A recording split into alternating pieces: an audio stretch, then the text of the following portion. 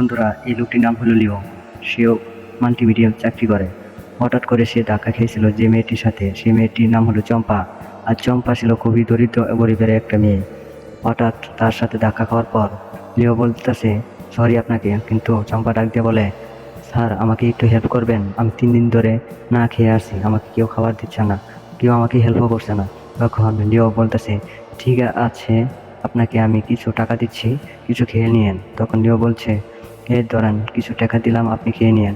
বলতেছে স্যার আপনাকে অসংখ্য ধন্যবাদ আমাকে টাকা দেওয়ার জন্য, কিন্তু আমাকে যদি একটা চাকরি ব্যবস্থা করে দিতেন আমার খুব উপকার হতো, কারণ আমি আমি আমি উচ্চশিক্ষিত, আমাকে যদি একটা চাকরি দিতেন অবশ্য আমার ভালো হতো।